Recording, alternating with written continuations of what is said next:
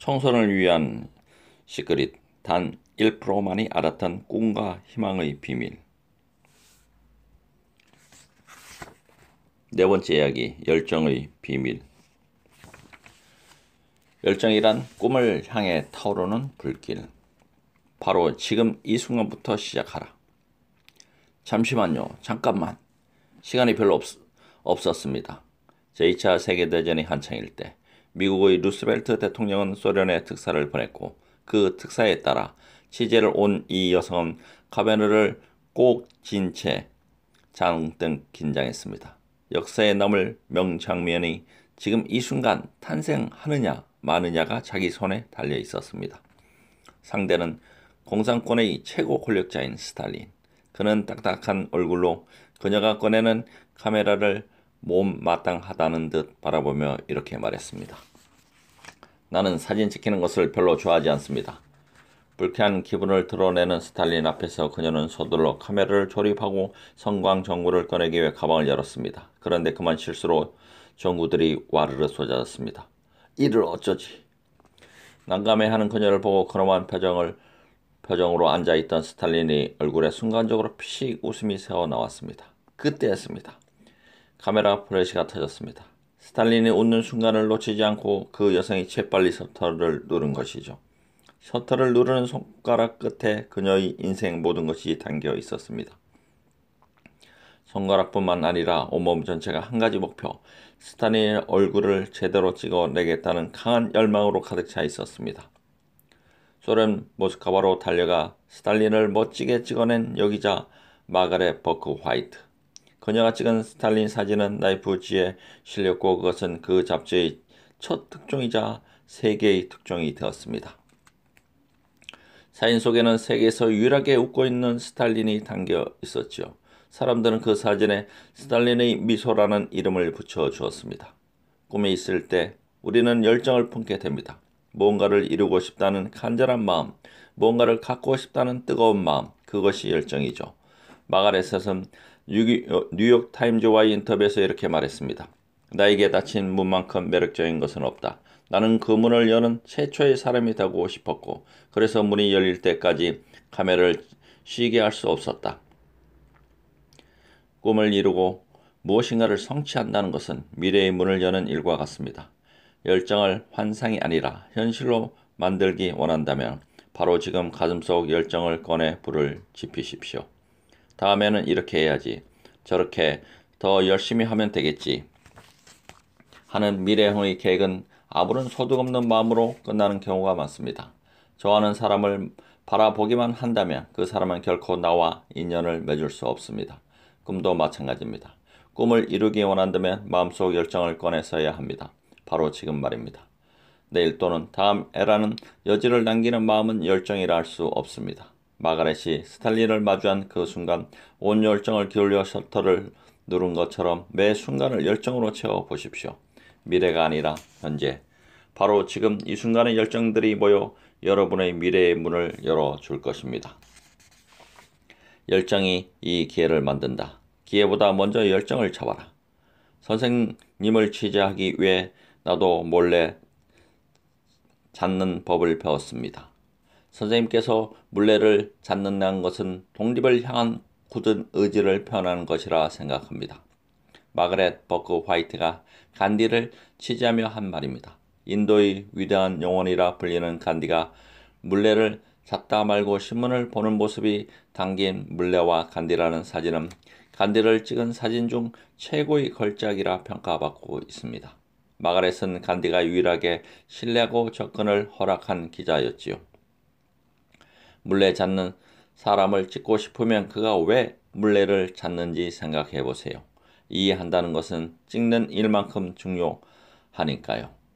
42살의 그녀는 간디를 제대로 취재하기 위해 간디를 만나기 전부터 직접 물레 잡는 법까지 배웠습니다. 간디는 마가렛의 열정을 신뢰했고 죽는 날까지 마가렛의 인터뷰만은 거절하지 않았지요. 1948년 1월 오랫동안 간디와 친분을 유지했던 마가렛은 간디의 신념과 인도에 대한 친솔한 마음을 취재할 수 있었습니다. 그런데 몇 시간 뒤 간디는 반이슬람 구구파 청년의 손에 암살을 당했으니 마가렛은 간디 이야기를 깊이 있게 취재한 마지막 기자가 된 셈입니다. 마가렛은 한국전쟁 당시 한국으로 와서 전쟁의 참상을 찍기도 했습니다. 그녀는 어느 날 젊은이들이 시선을 부여잡고 통곡하는 할머니들의 모습을 카메라에 담았는데 이 흐느끼는 여인들이라는 사진은 전쟁의 참상을 생생하게 보여주는 걸작으로 유명해졌습니다. 마가렛은 산업 디자이너였던 아버지의 영향으로 사진과 어릴 적부터 친해졌고 사진기를 가지고 놀기도 했습니다. 마가렛이 사진을 찍기로 하고 제일 먼저 달려간 곳은 제철소였습니다. 기계적인 공간 속에 뿜어지는 불꽃을 담아 낸 이때의 사진들이 계기가 되어 그녀는 포천지에서 사진 찍는 일을 의뢰받았습니다. 그러나 마가렛은 유명한 사진 기자가 되기 위해 노력하지 않았습니다. 단지 사진 한 컷에 자신의 모든 인생을 담듯 진지하고 열정적으로 피사체를 담아 냈을 뿐이죠. 마가렛의 사진 속에는 열정이 살아 있었습니다. 그래서 사람들은 그녀의 사진을 통해 진실을 발견하고 역사적 사건을 목격하며 감동을 받았던 것입니다. 마가렛의 사진들이 걸작으로 평가받는 이유는 무엇일까요? 그것은 위험한 전쟁터까지 달려가는 열정, 물레 잡는 법을 배우는 노력이 사진에 담겨 있기 때문입니다. 마가렛의 사진처럼 여러분의 인생을 걸작으로 만들고 싶다면 진정한 열정이 있어야 합니다. 사람들은 좋은 기회를 잡아 성공을 이루려고 합니다. 그러나 좋은 기회는 기회를 따라다니는 사람에게 절대 다가오지 않습니다. 기회를 기다리지 말고 자신이 하고자 하는 일에 열정을 가지고 발로 뛰어야 합니다. 열정은 나의 노력을 남다르게 해주고 결과를 빛나게 만들어 줍니다. 어디를 향할 것인가? 열정은 뚜렷한 방향을 원한다. 세계전 당시 여성 최초의 미군 공식 사진기자, 해군 수송선이 해상에서 어뢰를 맞고 침몰하는데도 끊임없이 셔터를 눌러댔던 기자, 공습당하던 모스크바를 죽음을 무릅쓰고 취재한 유일한 기자, 나치 수용소에 갇힌 유대인의 참상을 생생하게 사진으로 폭로한 가장 위대한 사진 기자 마가렛 버크 화이트. 마가렛은 한창 활발하게 일하던 45살에 파킨슨병 진단을 받고 몸이 굳어가는 병마와 18년 동안 싸웠습니다. 그럼에도 사진기를 놓지 않은 그녀는 우리 시대 가장 완벽한 기록주의자로 불리지요. 나는 차마 눈뜨고 못 볼 것 같은 비참한 광경을 여러 번 보았어요. 주저앉아 울고 싶을 때도 있었고 너무 괴로워서 그 자리를 피할 때도 있었죠. 그러나 나는 사진기를 들고 다시 그 자리로 돌아갈 수밖에 없었죠. 발견하고 기록하고 폭로하는 것. 사진기를 통한 이 작업만이 내가 할 수 있는 유일한 일이었으니까요. 그녀의 삶은 사진에 대한 열정으로 가득 차 있습니다.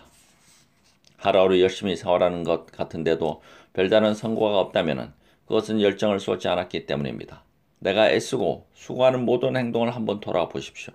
꿈을 이루기 위해 필요한 부분들도 있고 그렇지 않은 일들도 있을 것입니다. 매사에 열심히 임하는 자세도 훌륭하지만 더욱 중요한 것은 목표의식을 가진 열정입니다. 다양한 일에 분산된 나의 에너지를 모으고 꿈을 이루는 데 필요한 일에 열정을 쏟으십시오. 그러면 한층 구체적인 가능성들을 찾을 수 있습니다. 하나의 열정이 작은 돌파구를 만들어주고 그런 열정들이 모여 성과를 내기 시작합니다. 그리고 작은 성과들이 모여서 내 인생의 물꼬를 터주며 큰 길을 만들어 줄 것입니다.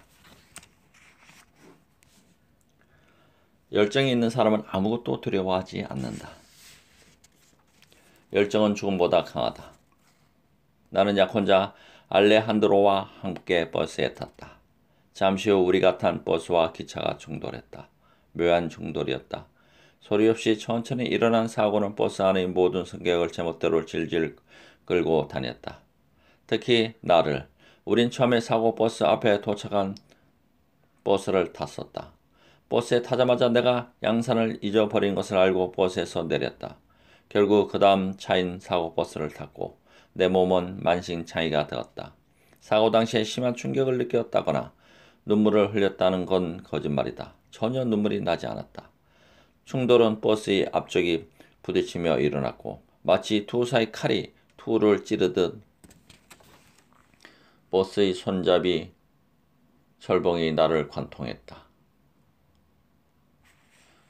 우연한 교통사고는 평범하면서도 행복한 인생을 꿈꾸던 18세 소녀의 삶을 온통 아수라장으로 만들어 버렸습니다.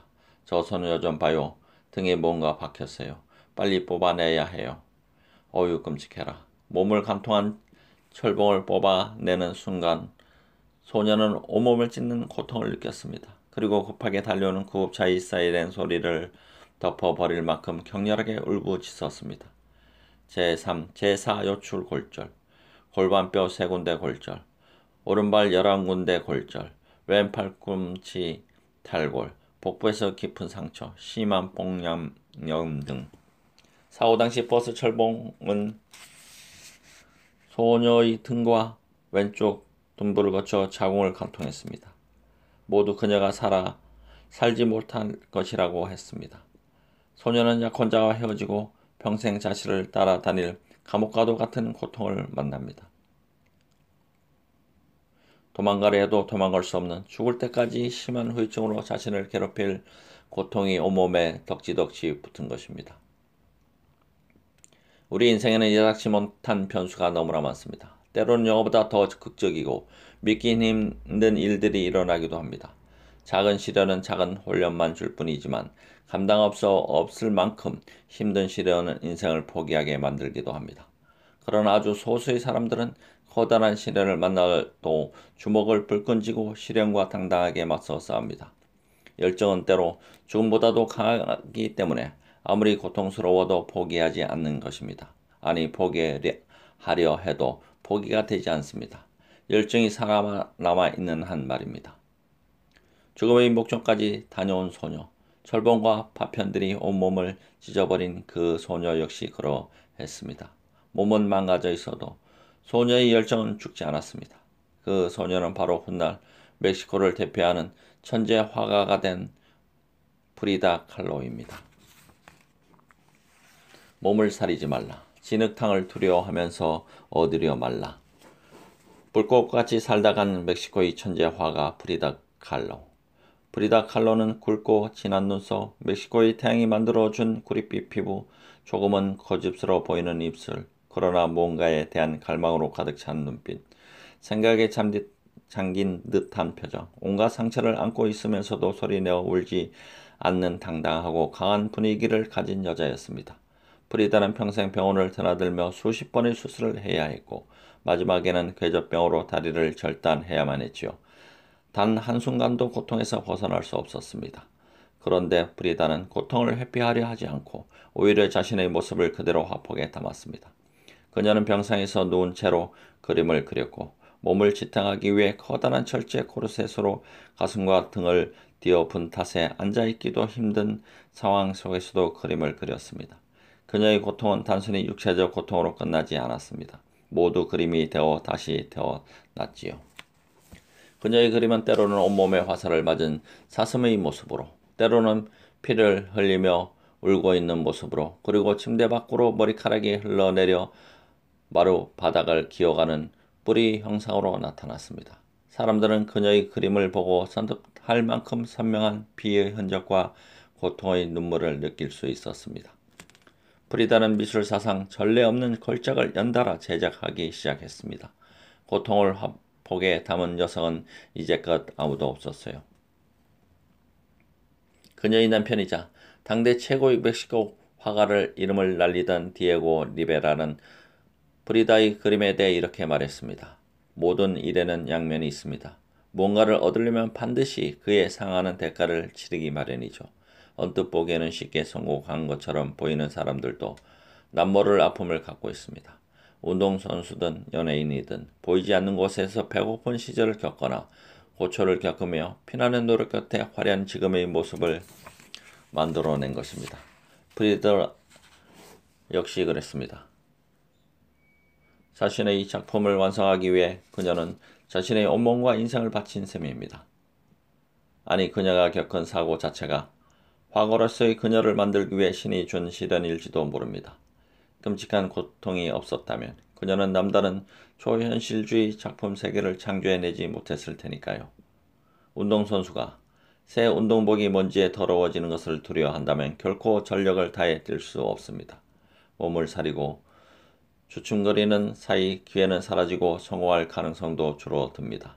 꿈을 향해 나가는 사람이 몸을 아낀다면 꿈은 언제나 꿈으로 남을 것입니다.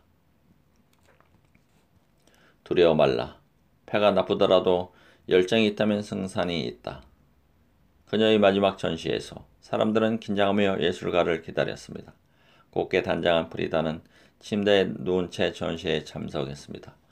일어나 앉을 수조차 없을 정도로 건강이 악화되었기 때문입니다. 그녀는 전시에 온 친구에게 말했습니다. 내가 하고 싶은 유일한 일은 그림을 그리는 일이었어. 그림 그리는 일, 아직도 그리고 영원히. 그의 프리다는 궤조병으로 다리를 절단하는 수술을 받고 수술 후유증으로 폐렴에 걸려 점점 더 건강이 악화되었습니다. 그러면서도 그녀는 붓을 놓지 않았습니다. 사람들은 그녀의 건강을 염려하여 만류했지만 그녀는 듣지 않았습니다. 그녀는 자신의 인생은 패가 나빴다고 말했습니다. 누가 보다 프리다의 인생은 파란만장한 고통과 사건의 연속이었죠. 그러나 그 모든 것을 그녀는 이겨냈습니다. 그녀는 비록 언제나 고통에서 벗어나고 싶어 발버둥치는 약한 인간이었지만 그림을 그리고 싶다는 자신의 꿈 앞에서는 고통마저 하폭에 담은 열정적인 화가였습니다. 모든 사람이 온실의 화초처럼 평온한 화실에서 타나 자라날 수 있는 것은 아닙니다. 인생의 패가 좋은 사람도 있고 나쁜 사람도 있습니다. 좋지 않은 패를 만났다고 해서 모든 사람들이 좌절하는 것은 아닙니다. 나쁜 패를 만났다고 두려워할 필요는 없습니다. 꿈을 이루고자 하는 열정이 있다면 승산은 충분하니까요. 아니, 패를 극복하고자 하는 열정이 오히려 나를 발전시키는 계기가 되어주기도 합니다. 프리다에게 닥친 불의의 사고와 끊임없는 고통이 그러했듯이 말입니다. 그녀는 살아있을 때부터 20세기 미술사의 초현실주의 작가로 화려한 조명을 받았습니다. 사후에는 페미니즘의 미술가로 재조명받기도 했습니다. 제3세계 여성이자 장애인이었고 그림을 통해 여성의 정체성을 극명하게 보여준 화가로서 말입니다. 파란만장한 그녀의 일생은 영화나 소설로도 만들어져 후세 사람들을 매료시켰습니다. 사람들이 그녀의 그림과 삶에 매료되는 이유는 무엇일까요? 그것은 도저히 견딜 수 없을 것 같은 시련 속에서도 시련을 넘어 또 다른 자신만의 세계를 만들어냈기 때문입니다. 열정 있는 사람에게 시련이나 좌절은 자신의 꿈과 인생을 만들어내는 재료에 불과합니다. 그들은 가만히 앉아서 미래를 두려워하는 대신 꿈을 향한 열정으로 시련과 좌절조차 녹여버리고 앞으로 나아갑니다. 나쁜 패를 만났다고 환경 탓을 하거나 원망하는 대신 그 에너지를 열정으로 바꾸십시오. 내가 만난 나쁜 패가 나를 커다란 그릇으로 성숙시켜 더 많은 일을 이룰 고마운 기회로 변해갈 것입니다. 열망하라. 바닥에서 시작해도 꿈을 현실로 만들 수 있다.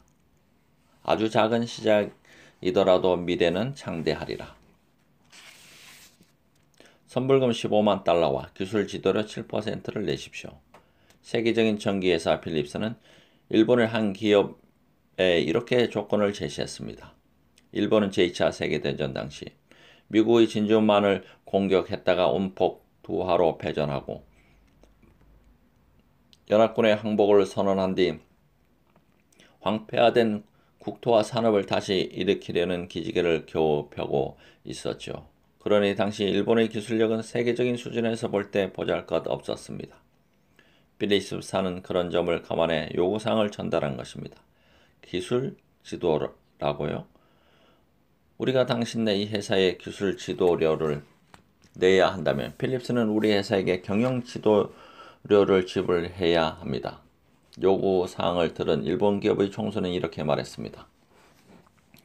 필립스는 작은 기업에 불과한 일본 기업 총수의 말을 받아들일 수 없었고 결국 협상은 결렬되었습니다. 그러나 1년 뒤 두 기업은 다시 만나 합작 회사를 설립합니다. 기술 지도료 4.5%, 경영 지도료 3%를 주고받는 조건이었습니다. 이 일본 기업은 일본 경제를 세계적 기업 마쓰시다 그룹입니다. 오랜 전통과 역사를 자랑하는 반도체 및 가전제품 생산 업체이죠. 이러한 마쓰시다 기업 이룬 청수는 바로 오늘날 경영의 신이라고 추앙받는 마쓰시다 고노스케입니다. 큰 성을 거둔 사람과 기업을 보면 우리는 화려한 현재의 모습만 생각하기 쉽습니다. 마치 처음부터 그런 요건을 다 갖추고 시작했으리라 착각하게 되죠. 그러나 마쓰시다 그룹도 처음에는 몇 평 되지 않은 작은 소규모 소켓 제작소로 시작했습니다.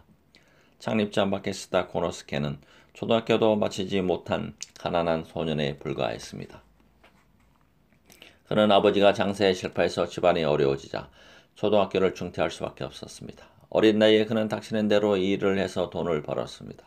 그러나 11살 때 아버지가 돌아가시고 18살 때 어머니마저 세상을 떠났습니다. 모든 것이 갖춰진 상태에서 인생을 시작할 수 있는 사람은 참으로 복받은 사람이겠죠. 그러나 중요한 것은 출발이 아니라 꼬린 지점입니다. 출발점에 연연하는 사람은 끝까지 달릴지도 못하고 중대에 뒤처지거나 낙오하게 됩니다. 아무리 유리한 환경을 가졌다 한들 최후의 꼬린 지점에서 울게 된다면 무슨 의미가 있겠습니까? 남보다 보잘것없는 시작을 안타까워할 필요가 없습니다.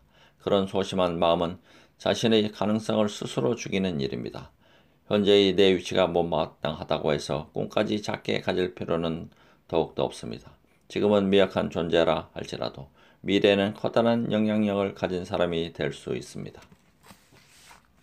꿈을 이루겠다는 열정만 있으면 아주 작은 시작이라 하더라도 창대한 미래를 만들어 갈 수 있습니다. 미래를 향한 열정이 끊임없는 발전을 만든다. 굶어 죽지 않으려면 무슨 일이라도 해서 돈을 벌어야 해. 소녀 마쓰시다는 하루 일하지 않으면 하루를 굶어야 할 정도로 궁핍했습니다. 공부를 하거나 학교에 다니는 것은 소년에게 꿈도 꿀 수 없는 사치였습니다. 굶어 죽지 않고 살아남아야 했으니까요. 그래서 점원, 신문군 등 가리지 않고 닥치는 대로 열심히 일을 했습니다. 그에게 남다른 점이 있다면 그것은 가난 속에서도 열정으로 깨어 있었다는 점입니다. 그는 가난과 싸우면서도 늘 새로운 아이디어를 생각해냈습니다. 더 나은 미래를 위해 끊임없이 생각하고 발전을 도모했지요. 조금씩 모은 돈으로 작은 가게를 꾸리게 된 마쓰시다는 어느 날 전기 수리를 나갔다가 소켓 하나를 놓고 서로 먼저 꽂겠다고 자매가 다투는 것을 보게 됩니다. 소켓은 꼭 하나짜리여야만 할까? 쌍소켓이 있다면 저렇게 싸우지 않고도 모든 문제가 해결될 수 있을 텐데. 그런 아이들을 곧장 실행에 옮겨 쌍소켓을 개발합니다. 뿐만 아니라 밤에는 손정등을 들고 자전거를 타고 다녀야 하던 시절 자전거에 부착할 수동 전력 조명을 개발하기도 했습니다. 자신이 하는 일에 남다른 열정이 있던 마쓰시다는 주변의 모든 사물을 자신의 일과 연결해서 생각했고 그런 가운데 중요한 아이디어들을 얻을 수 있었던 것입니다. 나는 실패한 적이 없다. 어떤 어려움을 만났을 때 거기서 멈추면 실패가 되지만 끝까지 밀고 나가 성공하면 실패가 아니기 때문이다. 만약 그가 하루하루 겨우 먹고 사는 것에 만족했다면 오늘날 경영의 신이라 추앙받는 마쓰시다는 없었을 것입니다. 세계적인 기업 마쓰시다 역시 탄생하지 않았을 것입니다. 마쓰시다는 현실에 안주하지 않고 열정을 불태웠습니다. 좀 더 나은 미래를 향해 끊임없이 발전한 것입니다. 열정이 있다는 것은 막연히 하고 싶다는 마음만 간직하는 것이 아닙니다. 적극적으로 내 주변의 모든 상황을 꿈을 이루는 일과 연결해서 발전을 이루어 나가야 합니다. 우스갯소리로 당구를 처음 배울 때는 잠잘 때도 천장에 당구공이 보인다고들 합니다. 공부에 열정이 있을 때는 꿈에서도 수학 공식이 보일 수 있습니다. 꿈에 열정 있는 사람은 오늘보다 하루라도 발전된 내일을 위해 매일 긴장하고 매 순간 작은 성과라도 이루기 위해 노력합니다. 열정이 있다면 무슨 일이든 가능합니다. 날마다 열정을 업그레이드 하라. 단 한 사람도 해고하는 일이 없습니다. 종전대로 월급의 전액을 지불할 것입니다. 공장에서 반나절만 일하고 남은 반나절에는 우리 모두 재고 판매에 전력을 다합시다. 힘을 합쳐 위기를 극복해야 합니다. 마쓰시다는 회사가 어려울 때도 직원을 함부로 해고하지 않은 인간적인 경영으로 더욱 존경을 받았습니다. 1929년 일본 경제가 불안하여 도산하는 기업이 줄줄이 이어졌을 때도 마스시다는 인원 감축은 생각지도 않았고 이에 감동한 직원들은 서로 열심히 일해서 위기를 극복했습니다. 그는 어린 시절 부모를 잃고 가난을 극복하기 위해 열심히 일한 소년이었고 작은 가게를 사업으로 키워가며 기발한 발명을 해낸 청년 실험가였고 인간 경영을 실천하며 세계적인 기업을 일군 경영의 신이었습니다. 마스시다는 현실에 안주하지 않고 미래에 대한 열정을 가지고 있었습니다. 그래서 그는 그때그때 자신의 위치에서 그에 맞는 열정을 품고 한 단계씩 꿈을 향해 올라선 것입니다. 한 단계 올라선 다음 안주한다면 꿈을 이룰 수 없습니다. 학창시절에는 학창시절의 열정을, 사회에서는 사회인으로서의 열정을 구체적으로 발휘해야 합니다. 나는 집이 몹시 가난해서 어릴 적부터 구두 닦기나 신문팔이 같은 일을 하면서 세상살이에 필요한 많은 경험을 쌓을 수 있었어요. 태어날 때부터 몸이 몹시 약했기 때문에 항상 운동에 힘을 써 건강을 유지했죠. 초등학교도 못 다녔기 때문에 모든 사람을 나의 스승으로 여기고 누구에게나 물어가며 배우는 일을 평생 게을리지 않았고요. 그래서 나는 성공할 수 있었어요. 마스시다는 이렇게 자신의 성공 비결을 밝혔습니다. 이처럼 열정이 있는 사람은 자신이 처한 여건 속에서 최선을 다해 한 단계씩 나아갑니다. 중요한 것은 우리에게 얼마나 힘든 일이 닥치냐가 아닙니다. 힘든 일은 언제든지 닥칠 수 있는 우연과 같은 것이므로 피하거나 막을 수 없습니다. 정말 중요한 것은 그런 일이 닥쳤을 때 어떻게 대처하느냐입니다. 미래에 대한 목표가 분명하다면, 남다른 인생을 살고 싶다는 멋진 욕심이 있다면 열정을 창조하십시오. 샘물처럼 솟는 열정이 나를 뒤흔드는 시련이나 어려움 속에서 꿈을 포기하지 않게 도와줄 것입니다. 가난한 소년에서 세계적인 대재벌의 위치까지 올라선 마스시다처럼 지치지 말고 날마다 한 단계씩 올라서기 위해 새로운 열정으로 여러분을 업그레이드 하십시오. 열정은 샘물과 같아서 다 써버렸다고 동이 나는 게 아니라 갈망하는 사람에게는 끊임없이 다시 솟아나기 마련입니다. 바닥에서 시작한 인생일지라도 화려한 성공의 길로 이끄는 비결은 바로 열정에 있습니다. 이기려 하지 말고 이루어라. 가슴 설레던 열정의 순간을 기억하라. 페루의 땅에 살던 백인족은 나라가 망하자 뗏목을 타고 태평양을 건너갔습니다. 그리고 폴리네시아의 외딴 섬에 정착해 남아메리칸에서 누리던 문명을 다시 건설하고 살다가 훗날 북쪽에서 내려온 구릿빛의 아시아인들에게 정복되었습니다. 그러니까 잉카인들이 남아메리카에서 태평양을 횡단해 폴리네시아까지 갔다는 말이 아닌가. 그걸 지금 나더러 믿으란 말인가? 당시에 태평양을 건널 수 있는 배 자체가 없었어. 뗏목이 있었습니다. 발사나무로 만든 뗏목이. 하하하, 뗏목으로 어떻게 태평양을 건널 수 있겠는가? 그게 믿는다면 자네가 뗏목을 타고 태평양을 건너 보이게나. 상호밥이 되기 십상이야. 자네 생각은 틀렸네. 1946년 청년 인류학자 토루 헤위 에르달은 자신의 약설을 주장하다가 웃음거리가 되었습니다. 그러나 그는 세상의 편견을 받아들일 수 없었습니다. 이 넓은 태평양에 드문드문 떨어진 섬들의 토박이들은 도대체 어디서 왔을까? 왜 백인의 피가 섞인 것처럼 흰빛을 띤 사람들이 그 섬에 살고 있을까? 왜 이 섬들의 석상이 남아메리카의 석상들과 비슷할까? 어느 날 다른 종족의 침략을 받아 살아남은 사람들을 데리고 바닷가로 달아나 사라졌다는 콘티키족의 전설은 도대체 무슨 의미며, 콘티키족은 바다로 도망친 다음 도대체 어디로 사라진 것일까? 이런 의문들이 그를 사로잡았던 것입니다. 그래, 내가 해보는 거야. 그 옛날 잉카인들에게 발달된 문명을 천수하고 바다를 건너 폴리네시아에 정착한 전설 속의 백인들처럼 직접 건너 보이는 거야. 내 꿈을 내 손으로 이루는 거야. 토르는 자신의 학설을 증명하기 위해 남태평양 횡단을 결심합니다. 그 옛날 전설 속의 콘티키족이 했던 것처럼 바다를 건너기로 말입니다. 토르는 가슴이 설렜습니다. 한편으로는 두렵기도 했지만 강한 확신이 가득 차 올랐습니다. 이렇게 해서 토르 헤르 에르달의 목숨을 건 항해가 시작되었습니다. 항해 거리는 8,000km, 미국 시카고에서 러시아 모스크바에 이르는 거리였습니다. 자신이 믿는 것을 세상 앞에 증명해 보이기 위해 커다란 도전이었지요. 이렇게 해서 위대한 역사는 누군가의 순수한 열정에서 시작합니다. 세상이 기억하는 것은 위대한 결과뿐이지 좀 더 자세히 들여다보면 그 시작점은 가슴속에서 일어나는 순수한 열정임을 알 수 있습니다. 꿈을 향해 항해를 시작하는 사람이라면 처음 꿈을 꾸던 열정의 순간을 잊지 말아야 합니다. 길고 긴 항해를 하는 동안 나를 지탱해주고 초심으로 돌아가게 해주는 것을 바로 열정의 첫 설렘에 대한 기억이니까요. 무슨 일을 하든 힘든 순간이 닥치면 생각해 보십시오. 처음 꿈을 가슴에 담던 그 순간을 초심으로 돌아가 열정을 회복한다면 힘든 시기를 지혜롭게 넘길 수 있습니다. 경쟁하지 말고 세상의 중심에서 나를 외쳐라. 토르는 옛날 백인족이 탄 것과 똑같은 뗏목을 만들었습니다.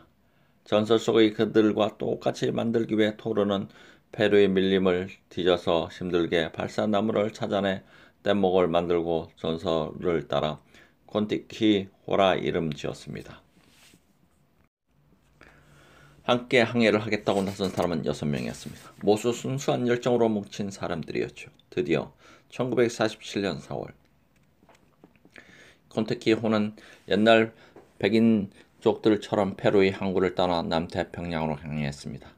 끊임없이 노를 젓고 폭풍우와 싸우기도 하며 때로는 상어떼와 싸우기도 하고 허기를 힘들어하면서 때로는 암초에 부딪히면서 그들은 항해를 계속했습니다. 그러면서도 믿음을 버리지 않았습니다. 그들은 끊임없이 흐르는 훔볼트 해루가 그들을 페루에서 남태평양으로 실어다 주리라는 것을 의심하지 않았습니다. 가벼운 발사나무로 만든 뗏목은 옛사람들의 지혜를 말해주듯 어떤 상황에서도 뒤집히지 않았습니다. 태평양 한가운데 작은 뗏목 하나, 그것은 하나의 점에 불과했습니다. 그 위에 탄 7사람이 파도에 휩쓸려 쓰러진다 해도 누구 하나 알지도 못할 만큼 그들은 문명 세계에서 멀리 떨어져 있었습니다. 죽으면 안 돼. 우리 중 누구 하나라도 죽어서는 안 돼. 그들은 그렇게 서로를 위로하면서 처음 항해를 시작했을 때의 믿음을 되새겼습니다. 분명 언젠가는 남태평의 섬에 다다를 수 있으리라는 확신이 있었습니다. 콘티호를 타고 남태평의 섬에 나타난 전설 속의 백인족들처럼 끊임없이 넘치대는 파도가 가득한 망망대를 향해 토르는 자신의 꿈을 이야기했습니다. 그는 세상의 중심에 서 있었죠. 아무도 들어주지 않더라도 그는 자신에게 끊임없이 속삭였습니다. 전설 속의 그들도 나와 똑같이 바닷길을 건너 남태평양에 당도했다고 그 믿음을 저버릴 수 없었다고 말입니다. 세상 가운데 혼자 선 점 하나, 토르 헤이에르달.